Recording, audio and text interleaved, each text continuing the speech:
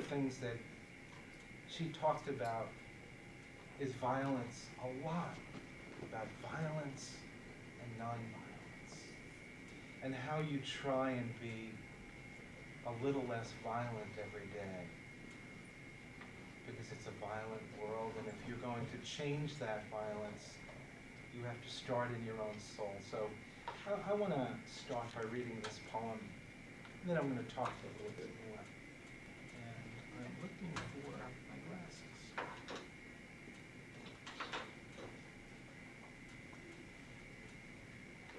This is called Waking This Morning. Waking this morning, a violent woman in a violent day, laughing.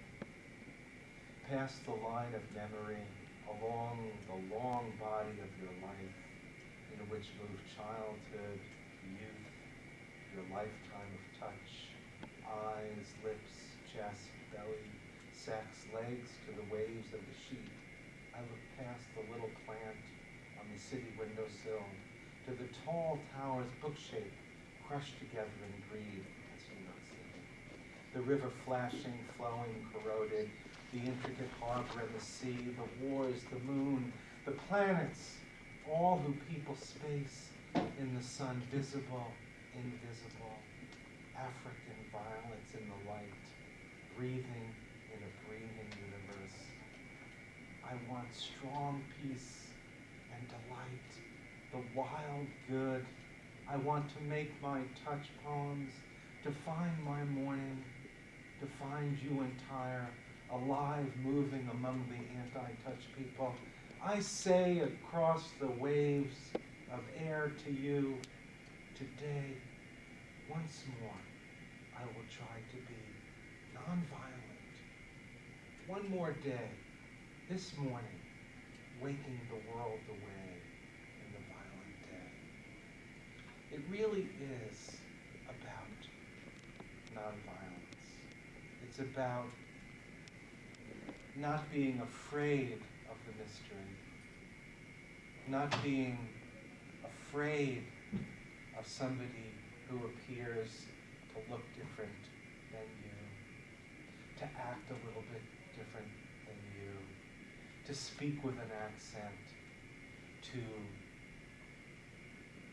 have certain different cultural aspects to their life, different music, different food.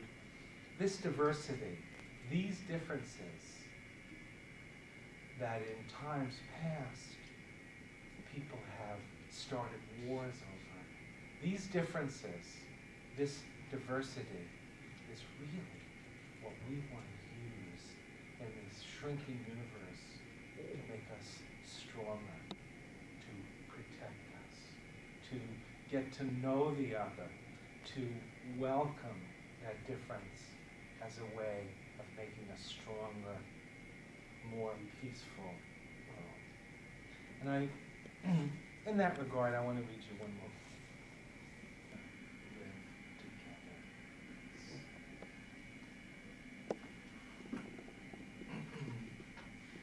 I started out, as I said, as a teacher.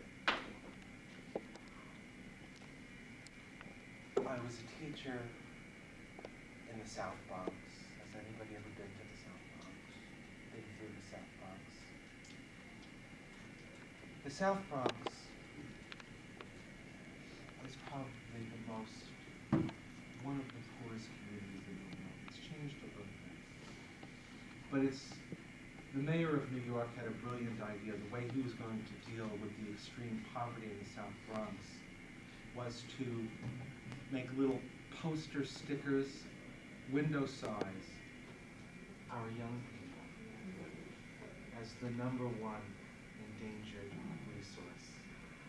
How about that our country now spends more money, this state spends more money on prisons than higher education? That's scary to me. So when I consider endangered resources, I'm thinking about you all and how we support young people. And that's why I devoted so much time. So back to the South Bronx. And this is a story about how young people can make a difference. And it's a bit of a scary story, but I really do believe in not holding anything back with young people. Some people think, well, you can't, they're only in junior high school, they're only in high school. You can't tell them the full truth. I say, no, we need to trust our young people with the truth so that they can act based on a full understanding of what's going on. So I'm going to tell you a bit of a scary story and what these kids, my very, very poor kids, South Bronx is very poor, did. One day, we were preparing to start our first video documentary. And the documentary was, why was it that the South Bronx looked sort of like Hiroshima after the war, after the only atomic bomb in the history of the world in which the United States dropped atomic bombs on other people happened? Why did the South Bronx burn down, leveled, in ruins? How could it be? Why was it that this neighborhood looked like a war zone?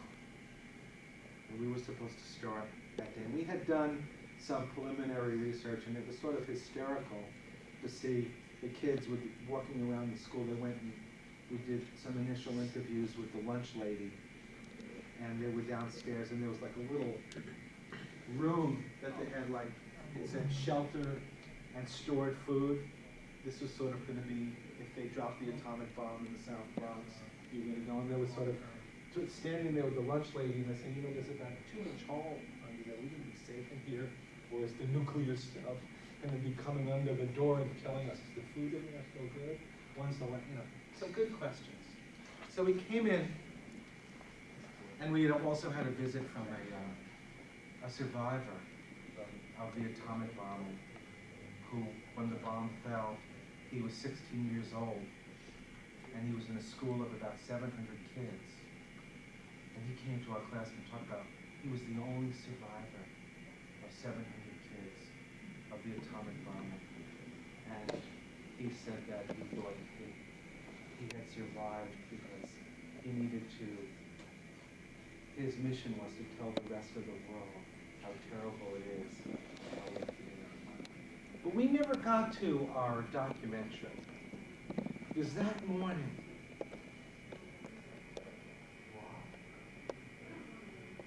well, the story in that day's daily news was that she was dangerous, knife-wielding, crazy woman who was attacking police.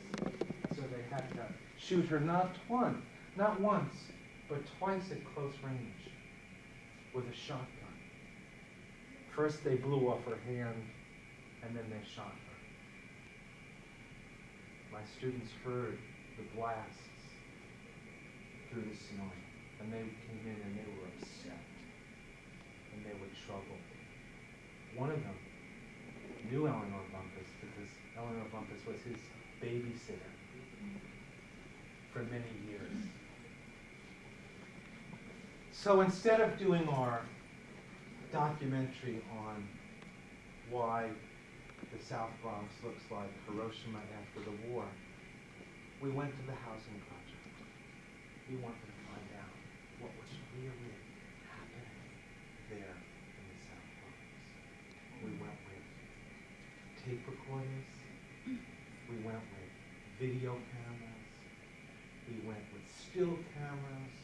We went with our pads and our pencils, and we went to investigate, to find out what really happened. Was this a dangerous, knife-wielding old woman who was threatening police? Or what really, were the papers telling the truth? And what did they do, these young people from the neighborhood, to change that with the truth, with information? Information is power. It's not just emotion. It's not just your intuition. It's not just what you feel. But can you gather the material, the documentary evidence that can change history? That's what it's about. And so we went, and we started interviewing the neighbors. We started filming through the keyhole. Put the camera against the keyhole. What did we find out? What did the kids find out?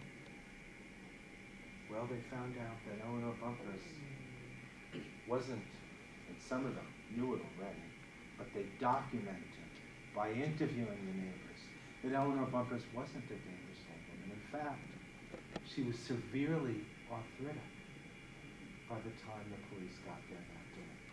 That in fact, she could no longer, that she was a babysitter for the entire floor, but that she could no longer babysit because she was arthritic. And we found out that when she could afford being, the butcher had to cut it because she couldn't cut it herself. Remember the wielding of the knife?